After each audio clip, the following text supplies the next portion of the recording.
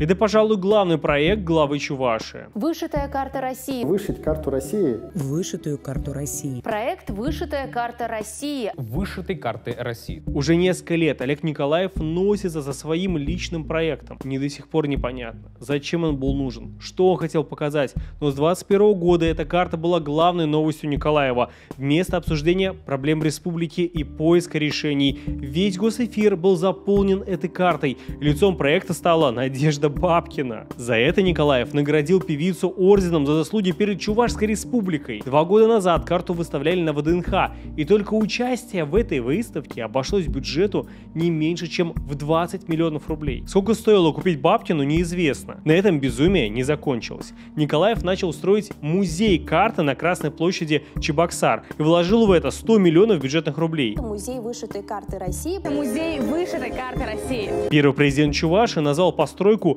похожую на остановочный павильон уродованием центра города, а саму инициативу желанием оставить хоть какую-то память о себе. Но музей все-таки построили. Причем за счет символа нашего города, за счет отмены реконструкции театра, оперы и балета, пожалуй, самого узнаваемого здания в Чебоксарах и настоящего памятника советского модернизма. Безумные траты денег и ресурсов на проекты, тешащие самолюбие главы, это 20-я причина голосовать против Олега Николаева на выборах главы республики.